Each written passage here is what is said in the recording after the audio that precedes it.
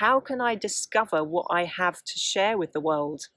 Or what are my gifts would be another way of putting it. And I'm actually just, going to tell you a story of how we basically sort of lose touch with what our gifts are, in a sense.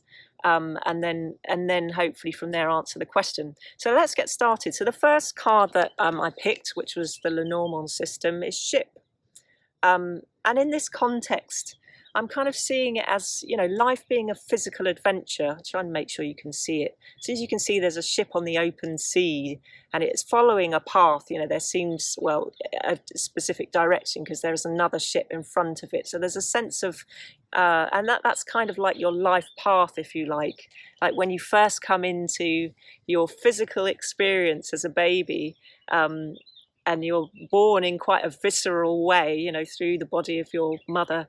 And, that's what life is like as a child, as a baby. It's a very physical experience. You're very in the moment and in your body. You're very conscious of what your needs and desires are.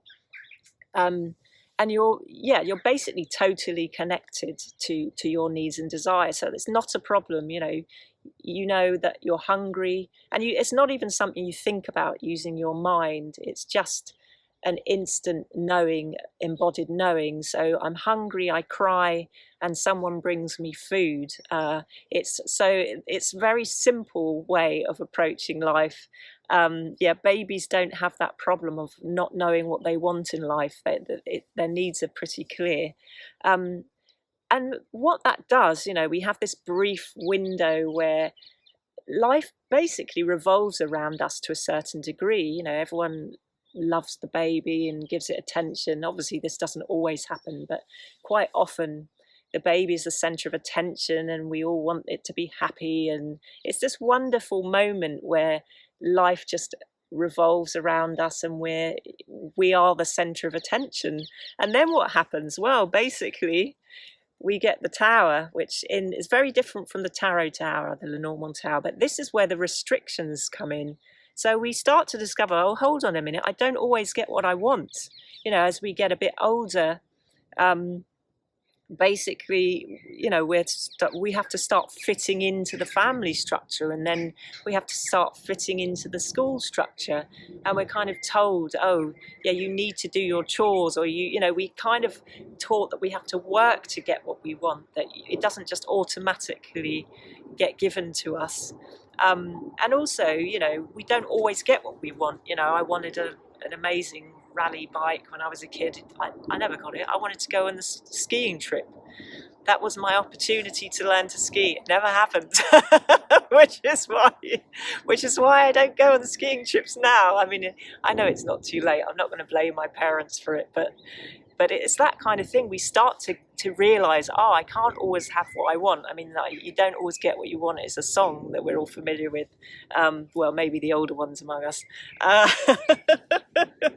But more than that, more than just sort of fitting into the existing structures, of society, we also start to get told what we should want. And I think that's almost where the rot sets in some ways, because it's not just that we don't always get what we want and we have to almost win our parents and teachers' approval. It can feel that way. We have to be a good girl or a good boy, and that means doing things to please the authority figures. But more than that, we get told what we should aspire to as well. The education system and obviously our families give us ideas about what we should be aiming for. Maybe it's a great job, or set ideas, if you like. Now, I know some environments are more sort of geared towards you just discovering what's right for you, but there's still quite a lot of assumption about what a good life looks like. And certainly in the West, we have a very defined idea of success.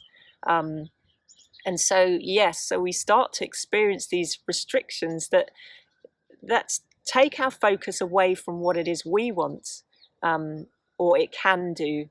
And it can sort of, it can start to muddy the waters for us. And if we're not careful, what happens is basically what happened to me. I ticked all the boxes. I got the education. I tried to get the job, and I eventually got somewhere in my sort of career, but ended up not liking it at all after all these years of striving to get somewhere, and then realizing, oh no, this isn't for me anyway. And all of the things that I was, that culturally, I guess, was influenced into thinking were right for me, they just sort of all fell away. And that could be your experience, either that you've spent a long time pursuing these things and not got them, and you're feeling unfulfilled in that way, or you might actually get the things that you think you want and need, and discover, actually, I'm supposedly living the dream or aspects of it, and yet I don't feel fulfilled. So, and that's kind of why that happens, because we've kind of learned, not necessarily deliberately, but just through the way that we're brought up quite often, and the way society is structured, that our value is based on other people's opinions, and our value is based on what we do or what we produce. We sort of become part of this big machine, and so that can leave us feeling very fulfilled and unfulfilled and disconnected. So what happens next? Well, then we get house. And really, the way I'm interpreting this is, you may not think, if you're in an experience where you're feeling unfulfilled, you may feel like, well, it's not much of a gift, really. But actually, in some ways, being unfulfilled is like your soul calling you home, because it's saying what's happened is you've gone on this high seas adventure, and you've kind of got a bit far removed from your true north, if you like, your true center, and so now it's time to come back. And what does that look like? Well, it's coming back to our values again. I always slap my chest when I do that, because that's your heart. Your heart is the center of your values. And what do I mean by values? As opposed to the moral codes and the rules and the laws that we get taught, it's what actually matters to you, not what you've been told should matter to you. And that's the seat of your values. The things that you really care about, moral or otherwise, and not based on anyone else's opinion, but just your own feeling. And also, our gut. You can't see me slapping my gut here, but that's, for me, that represents, that embodied knowing that I've talked about in other videos, where basically it's the part of you that knows what you like and what you don't like, and it's visceral, like when we were babies. If you put something in a baby's mouth and it doesn't like the taste of it, what does it do? It spits it out straight away. It doesn't care if it goes everywhere. and that's basically, our bodies kind of know, but what happens is our heads get filled with so many shoulds, so many ideas about what we should be doing or what we should like, that we kind of get detached from our natural preferences. So it's both of those. It's our values, it's what matters to us, but also our preferences. And that's what you're coming home to. And essentially you're coming home to your soul. So basically, it's a journey of unlearning in some ways. It's a journey of coming back to your home and unlearning all of the shoulds that you filled your mind with, that got you so far from what felt right for you, including the belief that you should be somewhere else and having some other experience than you're having now. So how do we learn to tune into our hearts? Well, I've talked about this in other videos. There are lots of things you can do, and basically they all come down to making space for yourself. Creating space to tune in, creating space to discover, to observe yourself, because like I say, your head has been filled with knowledge, but it's pulled you away from your natural inclination. So things like meditation, working with energy, that could be yoga, which is kind of like an embodied meditation, if you like, qigong, and other energy exercises, things that move your energy. They can also, as well as sort of as well as helping you to tune into your sort of more subtle energies, if you like, where our intuition comes online. It also can have a clearing effect. We can shake off some of the kind of beliefs that we've accumulated, or the energies that we've accumulated out and about. Like if you've been in a tense work environment for the day, things like that can help sort of move some of that tension, as well as help you to tune into your own desires and values. What else have I got? Journaling, oracle cards. Tarot takes a while to learn. I think it's worth learning, but a good place to start is oracle cards. They're much easier to work with, and you can actually just read the guidebook and see what jumps out at you. So you might just meditate for a few minutes and then pull a card for the day. What does my soul want me to know today? That kind of thing. And again, what else have I got here? Channeling or automatic writing. Some people do morning pages.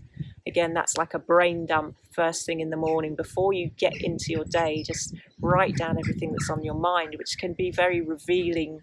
It can show you just how much of the programming is going on underneath the surface. So yeah, those are some of the things you can do. And tuning into our bodies, I've already mentioned the kind of energy exercises that you can do. But again, it's not just about setting aside time. And by the way, I know that a lot of people don't have much time at all. And even 5 minutes is going to make a difference. So yeah, don't think that you have to meditate for hours in order to get anywhere. Because this isn't about becoming a sort of professional meditator or qigong expert. If you want to, that's fine, but it's actually just about connecting you to your deeper self, to your soul self, and then from that connection, if you like, you can start moving through your day with more awareness. So maybe keep a note in your phone, for example, and just start noticing.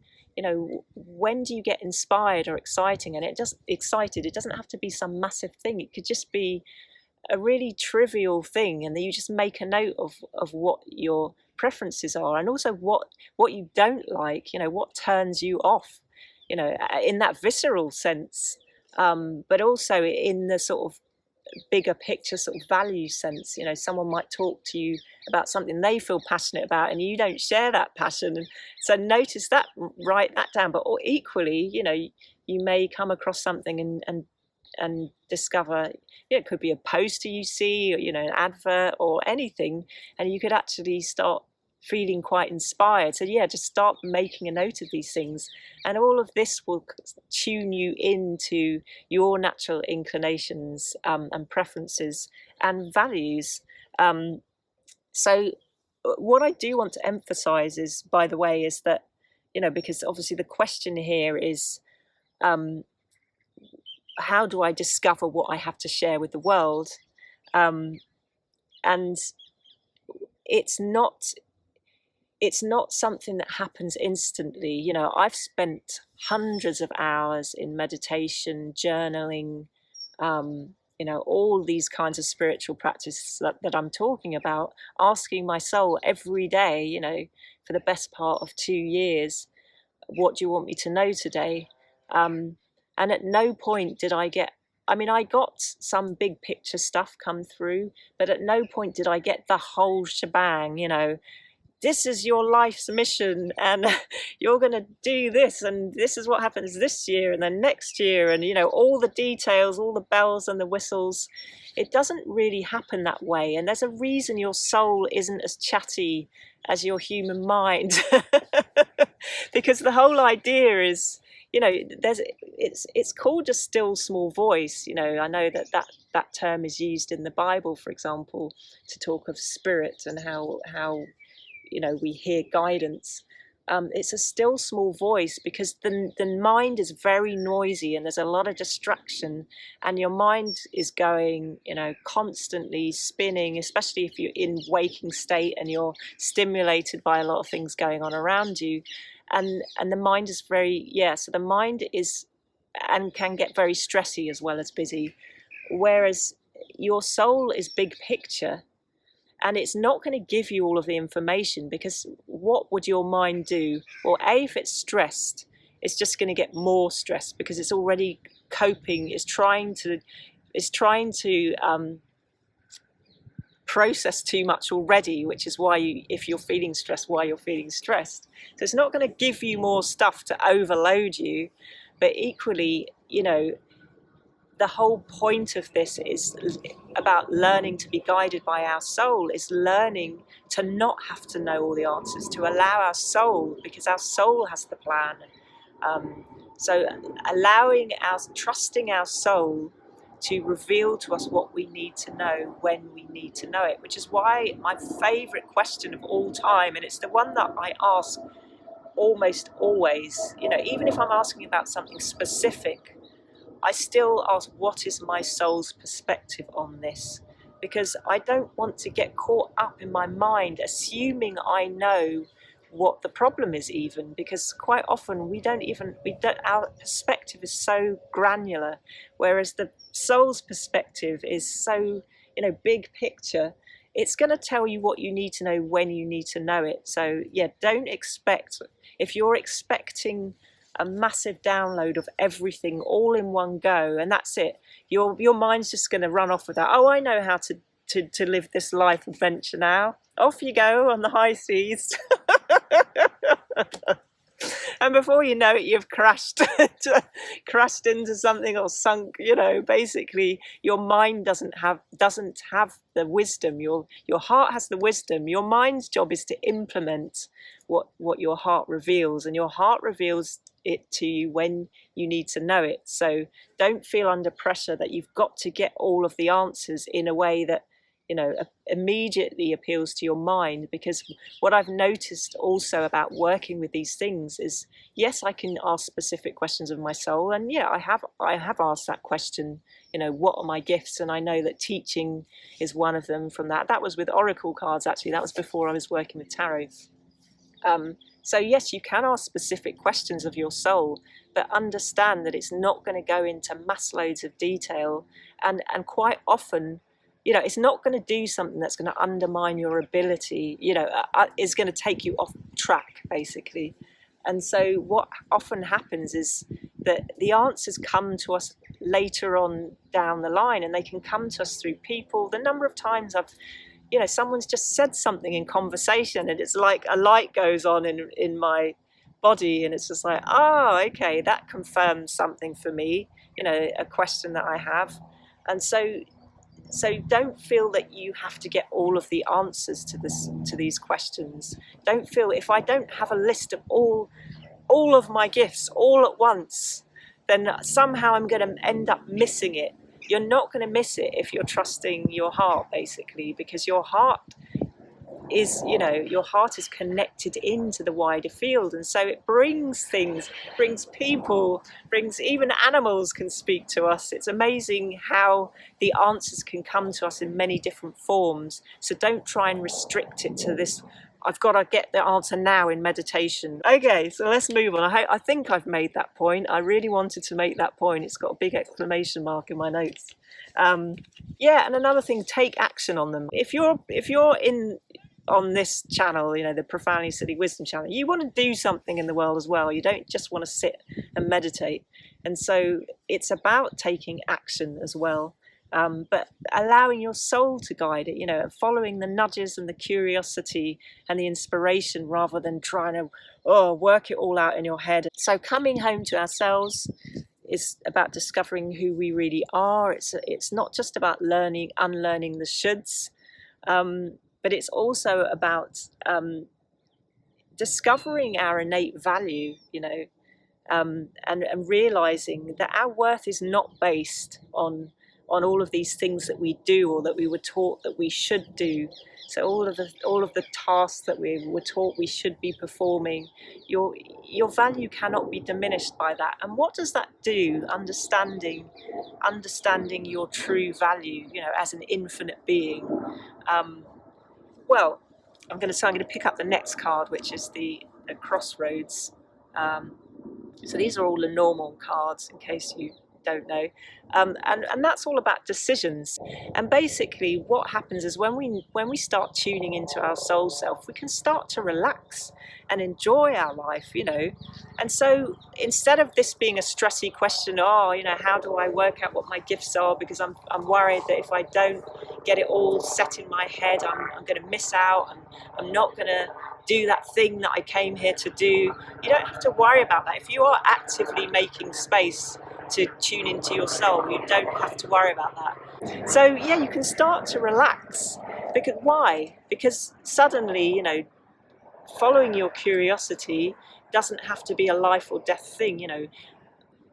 You don't have to you're not pinning all of your hopes on it, because what you already know that you are worthy. You already know that you're innately valuable. You're invaluable, and so you can afford to play. And from that playful sort of following the nudges and the inspirations, taking action, tweaking, trying again, from that, and tuning back in, from that sort of constant process, that's when your gifts, in the sort of more typical sense that we use that word, the specific skills and talents, if you like, and your qualities start to emerge. So it becomes clearer, what you enjoy doing, and what gets you, excited about life. So but you've got to be willing to go through that process. It's not about just sitting under a tree meditating and getting it all, getting the whole picture before you take action. So yeah, and the next card is dog. Dog reminds us that, we're not doing this alone. Dog is friend, supporter, it's helping hand. And our soul has the plan, I've said that already, and is supporting us, is constantly guiding us, but just not in the chatty way that we think it should. Again, shoulds are so toxic. So we have the support of our soul in this. Our soul is for us, because it knows us intimately, because it is us, again, to make that point. But also, if you have supporters in spirit, if you believe you have spirit guides or ancestors or God or any angels or whatever, you can call upon life. You can just call upon life to support you, because again, we're connected into this whole, this creative field. And it's amazing when you start doing that. Like I say, things can come from many different angles. But equally, dog reminds you, this is why we're setting up this community, so that we can support each other in learning this new skill of tuning into our hearts and taking aligned action and tweaking, because it's not something that we really get taught. People tend to just do the spiritual thing or do the kind of alpha thing, and there are not many people sort of bridging the gap that easily. So we can support each other, and more importantly, have fun doing it, rather than it all being this pressure to succeed. So finally, the last Lenormand card is letter. And what does that say? Well, to me, that's saying, that a reminder that we are the message. This means communication. It means message. When we discover who we really are at the soul level, when we allow ourselves to be guided by our hearts, we become the message that we share with the world. We are the gift, we are the message, and obviously our gifts flow. And just to prove that I did pull a few tarot cards, this lady came out, and she's a perfect example, the star of someone who is grounded. She's got her foot on the ground, but she's tuned into her spiritual nature too, and the energy flows through her, and because of that, she blesses the earth. She has a positive impact on the earth. She's watering the earth. She's tuned into her intuition and into her emotions, and that's what that flow is like. Basically, flow is the way I would summarize this card. And then the other tarot card for the tarot aficionados was the Six of Wands, which is all about recognition and celebration. And if you like, our sense of success, what we would call success generally, especially in the West. and it came reversed, which to me I think is a reminder that actually we're not following the shoulds. We've been taught a certain way of succeeding. We've been taught what success is, and really, as we tune into our hearts, into our authentic self, we discover and redefine what success means for us. And again, it's about doing stuff in the world. If that's your desire to be active in the world, then it's there for a reason. So you don't have to worry about and not making it. So yeah, I hope that was helpful. So if you're interested in joining gatherings where we tune into our souls, ask questions, play with cards, discuss how we're living this wisdom, and the challenges, sharing the challenges, but in a way that's supportive and fun. I think we can do with a little more fun, can't we, people? Yes, we can.